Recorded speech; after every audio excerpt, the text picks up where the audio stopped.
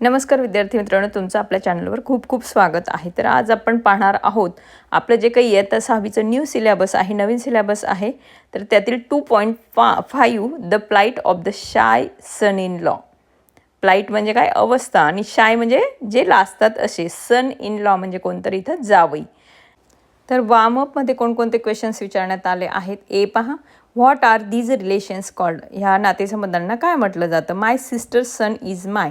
माझ्या बहिणीचा जो मुलगा असेल त्याला मी म्हणणार आहे नेफ्यू. नेफ्यू म्हणजे कोणतर पुतण्या. माय सिस्टर्स डॉटर इज माय.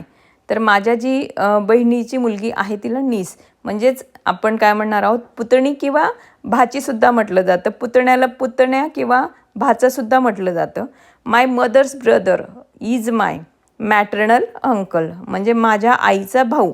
तर कोण आला, तो माझा मामा. Okay. My father's brother is my paternal uncle. ज्यांना आपण काका म्हणत असतो, म्हणजे वडिलांचा भाऊ, ते आपण काकाच म्हणतो त्यांना. My uncle's daughter is my cousin. म्हणजे चुलत बहीण आली. Okay. My sister's husband is my brother in law. ज्यांना मेहुणे आपण म्हणत असतो. माझ्या बहिणीचे हजबंड, पती, त्यांना ब्रदर इन लॉ असं म्हणायचं. My brother's wife is my sister in law. Sister in law म्हणजे या वहिनी या अर्थाने आपण घेऊ शकतो. तर त्यानंतर whom do we call son in law. तर सन इन लॉ कोणाला म्हणायचं असतं, तर हजबंड्स ऑफ वन्स डॉटर. म्हणजे आपल्या मुलीच्या जे काही हजबंड आहेत त्यांना सन इन लॉ म्हटलं जातं. मुलीचा हजबंड म्हणजेच जावई. डॉटर इन लॉ कोणाला म्हटलं जातं, वाईफ ऑफ वन्स सन.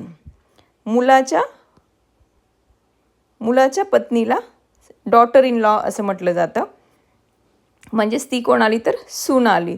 आणि ह्या लेसनमध्ये द प्लाइट म्हणजे अवस्था, स्थिती, आपण कोणाची पाहणार आहोत. या लेसनमध्ये सुंदरसं अशी स्टोरी आहे. तर सन इन लॉ, जावयाची जो असा शाई नेचरचा आहे, अगदी थोडासा लाजिरवाणा स्वभाव आहे, अशा जावयाची स्टोरी आपण ह्या पूर्ण लेसनमध्ये पाहणार आहोत. तर ती नेक्स्ट व्हिडिओ मी तुम्हाला देणारच आहे, पूर्ण एक्सप्लेनेशन मराठीतून प्रत्येक वर्डचं मिनिंग सांगत मी तुम्हाला प्रत्येक सेंटेन्स रीड करून त्याचं एक्सप्लेनेशन देणारच आहे बाळांनो.